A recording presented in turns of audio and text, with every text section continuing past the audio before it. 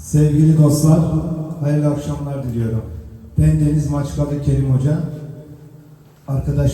değerli arkadaşım Rizeli Ali Kazdağ, rahmetli Erkan Ocaklı'dan meşhur Geminin parçasını, türküsünü sizlerle söyleyecek. Beğenileri takdirinize sunuyoruz. Saygılar, sevgiler.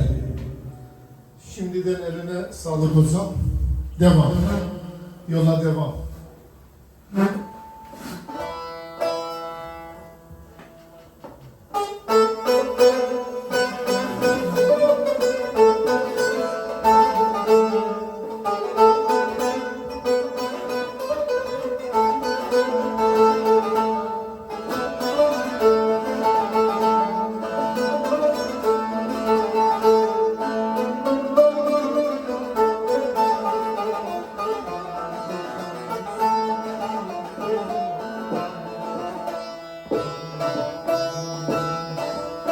Ne anam var ne babam oy gurbetinde yalnızım.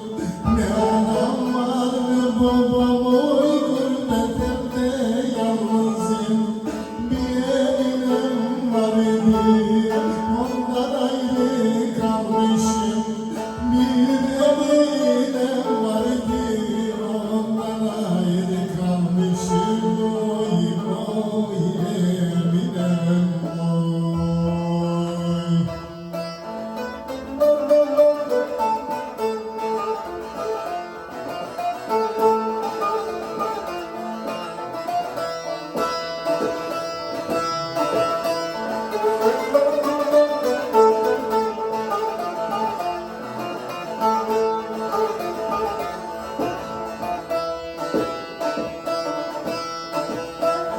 Benim çok güzeldir oy bir tane o bir tane.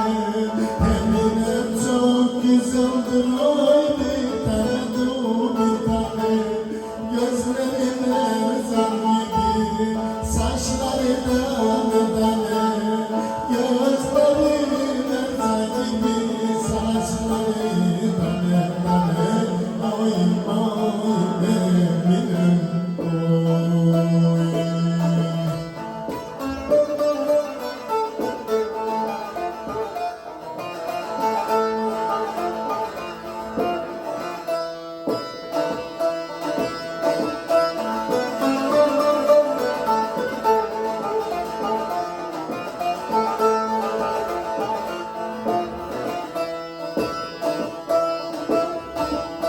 Ben olsam uşaklar oy eline edecek.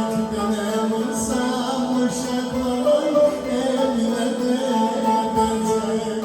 Onun da kimsesi yok, ne yollara gidecek. Onun da kimsesi yok, ne yollara gidecek. Oy oy Eminem oy.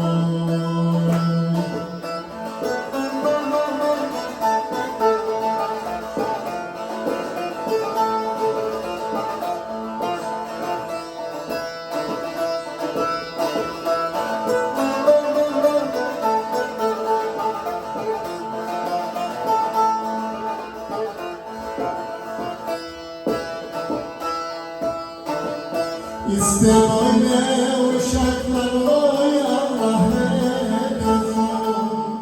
İşte böyle uşaklar oy Allah eylesin. Uzaktan da çekilmez, kalkıp da gelmez o. Bekle beni Eminem yanına geleceğim. Oy oy Eminem oy. Bekle beni Eminem sevmeye geleceğim. Oy oy Eminem oy.